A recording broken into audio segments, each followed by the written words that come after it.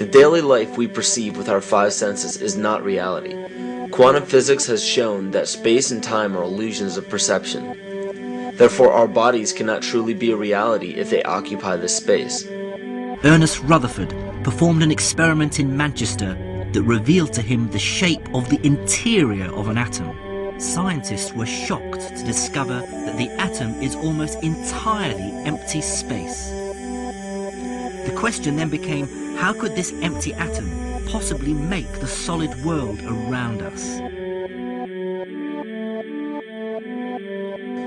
Our true consciousness does not exist in our brains or in our bodies.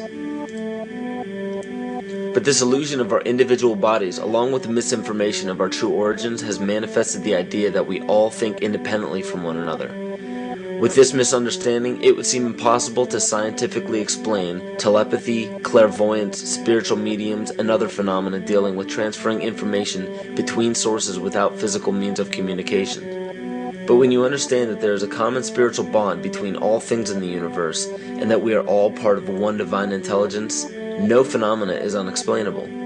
This simple understanding fills all the holes in modern religions. It explains reincarnation, déjà vu, predictions of the future, and literally every event, occurrence, or anomaly ever experienced. The blank matter within the most basic building blocks of perceivable existence is malleable and molded by intent. This means that consciousness shapes our reality.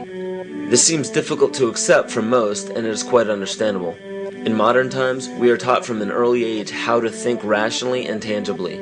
This is a very left-brain method of education, and it has more harmful effects than it's given credit for.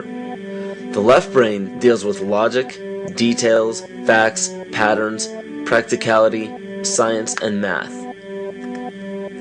as the right brain deals with feeling, intuition, symbols, images, risk-taking, philosophy, and religion.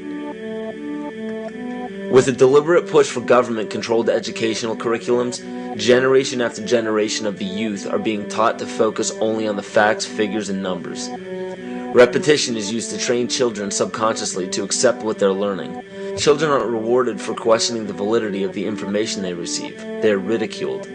However, the children who blindly accept the information as true and merely regurgitate the information on command when it is time to take a test, those children go on to become the decision makers in our government, law, medicine, business, and every other occupation with power and prestige. The most detrimental effect of being pushed away from holistic thinking with the full brain into a strictly left brain thought is what is known as the suppression of the feminine. Every male and female have both feminine and masculine qualities. It has nothing to do with man or woman.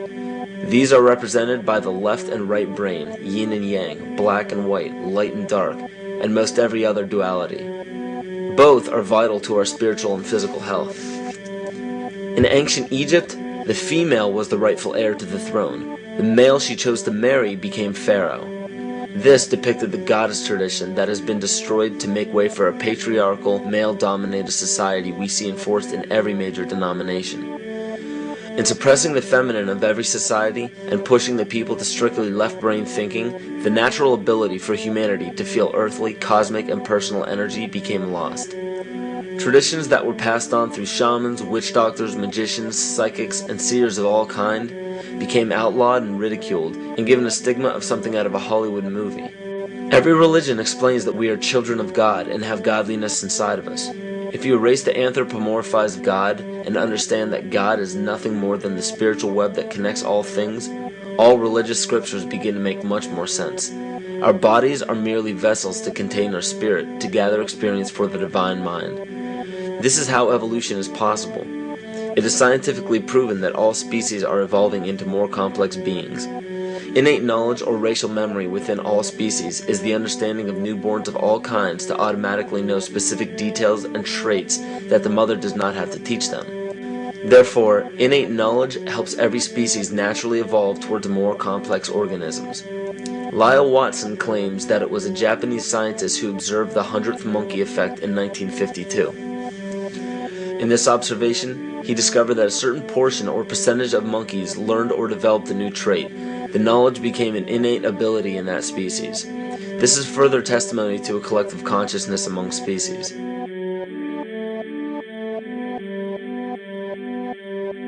Everything in existence has a natural vibration to it, from our atoms all the way to the vastness of the universe. To show a simple connection between the earth and our bodies, take a look at our body's harmonic focal points, better known as our chakras. Just as there are harmonic focal points on the guitar string, there are locations within our body where our vibrations culminate. In Eastern philosophies, these 7 chakras are used to bring health and balance to the physical and spiritual body. Our Earth also has 7 chakra points at equally distant locations from one another. There is 1 chakra point on each continent. The root chakra is in Mount Shasta, California. The sexual chakra is in the Isle of Sun, Lake Titicaca in South America. The solar plexus chakra is in Uluru Juta in Australia. The heart chakra is in Glastonbury or Shaftesbury, England. The throat chakra is where the Great Pyramids of Giza in Egypt are. The heart chakra is at Kuhe Malak Sia in Iran. And the crown chakra is at Mount Kailas in Tibet. Scientifically, this is explained because at the core of our Earth there is a molten iron crystal that resonates at approximately 7 Hertz. There are energy vortexes all over the Earth where electromagnetic energy emanates. There are also several vile vortices surrounding the equator where strange anomalies occur, such as radio and compass malfunctions, as well as plane and ship disappearances. You may have heard of a few of these. So the intangible parts of our existence, such as emotions, are part of the true reality of higher consciousness. If emotions are part of a realm that we cannot experience with our 5 senses, then how is it that we are all aware of our emotions? What most people believe to be emotions are not truly the emotion itself. What we are experiencing is the physical manifestation of these emotions. Anger causes disturbance in the psyche, which manifests itself in the ego. These manifestations cause the heart rate to increase, body temperature to rise, and spawn many other physical traits that signify anger. Just as music from the radio is a physical manifestation of an intangible signal, our experience of emotion is the physical manifestation of an intangible signal as well. It has been shown that our emotions have a vibratory frequency to them. Furthermore, there are only 2 emotions that humankind experiences: fear and love. All other emotions branch either directly or indirectly from these 2 emotions. Fear has a long and slow frequency vibration to it, while love has a very rapid and high frequency. To show that vibration is the very foundation of existence, Hans Jenne developed what is known as cymatics in the 1940s to show that when vibrations of sound are passed through a form of media, there is a set pattern that will follow. When the frequency increases, the media develops into a more complex pattern. This is precisely what is happening to our Earth and to humanity. There are 64 possible codes of amino acids in our DNA structure made from 4 elements: carbon, oxygen, hydrogen, and nitrogen. By any means of logic, we should have all 64 codes activated within our DNA structure. Yet we presently only have 20 active codes. And of these 64 possibilities, it appears that only 20 of these codes are turned on right now for us, the 20 amino acids. There is a switch that turns off and turns on where those coding sites lie, and that the switch for that turning off and turning on is what we call emotion. And this is the first time that we've ever seen the patterns of emotion directly physically linked to human genetic material. Well, fear is a long, slow wave of emotion. So this wave of fear is a long, slow wave and touches relatively few sites on this DNA. So an individual living in fear is limited to the number of antennae that they have available to them, whereas an individual living in the pattern of love, this is love in DNA, you can see it's a higher frequency, shorter wavelength. We have many more potential sites for coding along that genetic pattern. This information, this is amazing. This is the first time we've ever had a hard digital link between emotion and genetics. This is important to understand because another researcher named Vladimir Popanov measured tiny particles of light called photons inside a vacuum tube. The photons were scattered as expected. A sample of DNA was then entered into the vacuum tube and they measured the photons again. They found that the particles of light align themselves along the axis of the DNA. Then, as they removed the DNA sample, the photons remained aligned to the same form of the DNA even though no DNA was present. This is what is known as the phantom DNA experiment. Science has now bridged a very important gap between physical and ethereal, or spiritual. Our emotions directly affect the structure of our DNA, which directly shapes the physical world we experience every day.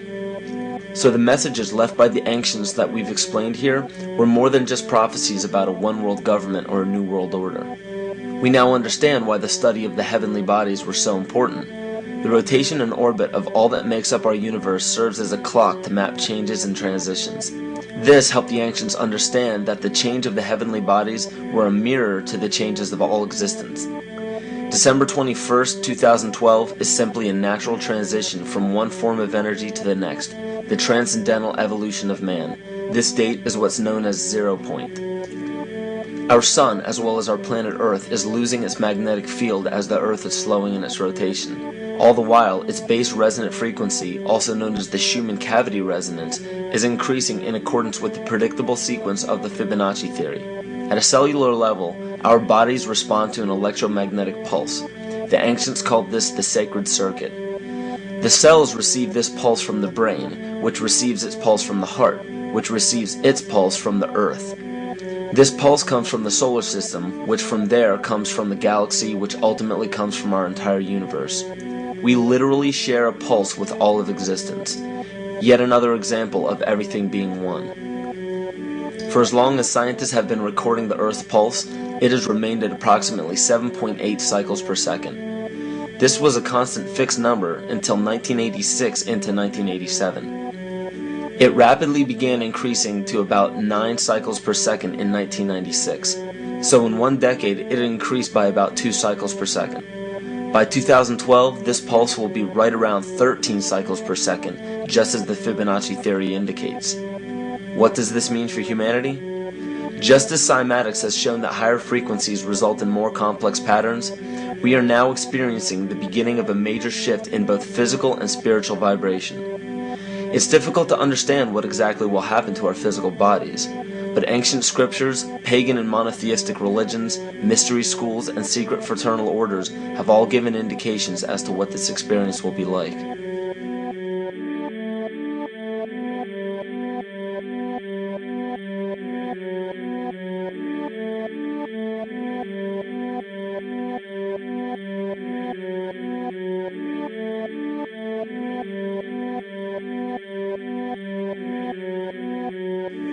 This will be the shift of the ages, the transcendental period of monumental changes to humanity. Those unprepared for this transition will likely not be able to cope with the rapid changes in the psyche. The only way to prepare for what is to come is what we have sought after for our entire lives: truth. Not the truth about governments, commerce, religions, terrorism, or anything external, but the truth within ourselves, within our psyche and our shadow self. Especially in Western cultures, we are taught that being normal means only being happy and never sad, only loving and never angry, only forgiving and never jealous. This sounds plausible, but it is not. We are not meant to repress any negative emotions because it causes imbalance. To conquer our emotions, we must embrace them, not fight them. We must acknowledge them and allow them to serve their purpose as we learn from them. The ancient Essene culture left teachings dating back about 6,000 years. They taught that our relationships with one another, with the universe, and with situations and events are mirrors of the parts of our psyche that need to be cleansed. Author Greg Braden beautifully explains this entire segment at great length in his work. His hard work and understanding of these subjects contributed largely to the marriage between science and spirituality. It is very important to understand that when you fear loss, fear death, fear war, fear terrorism, or fear change, you are giving others the ability to control you based on those fears. When you fight against poverty or against racism, when you fight for relationships or for freedom, you are outwardly attempting to repress that which has been placed before you to conquer inwardly. These situations are mirrors of our fears. This is why it is important to love and only love.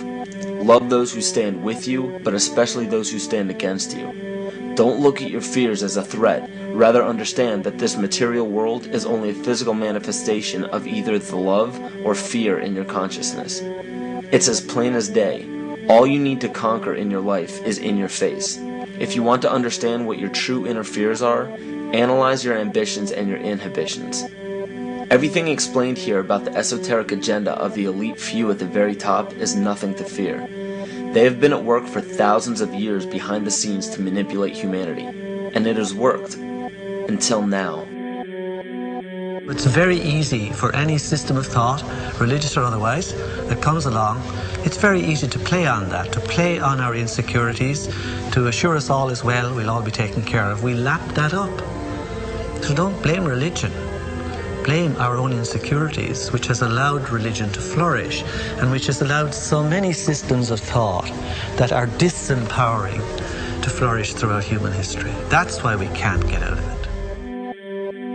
Ron Sakeley, Department Chairman, Chemistry, University of California, Berkeley, showed that DNA acts as an antenna for cellular upregulation. The primary function they taught us about what DNA is about. It's a receiver and transmitter of photons, light and phonon sound. For what? Cellular upregulation, meaning that their water molecules, the pyramid power around the DNA spiral energizing strands, are taking in the spiritual energy of love vibrations and then sending it out for manifesting, precipitating in a quantum field, the physical matter of the body. These are hertz, frequencies, or cycles per second that the musicians can retune their instruments to play and experiment with. Why? Again, these are the Creator's musical scale, the original solfeggio, buried for 3,000 years in the Bible. So the ancient priests who knew how to levitate the huge stones for the building of the pyramids, and the Masonic knowledge that predated ancient Egypt, the ability to have this information, these frequencies, serve the function of creation, destruction, and miracles on behalf of the empowered people who had access to this knowledge. I say that because of this metaphor.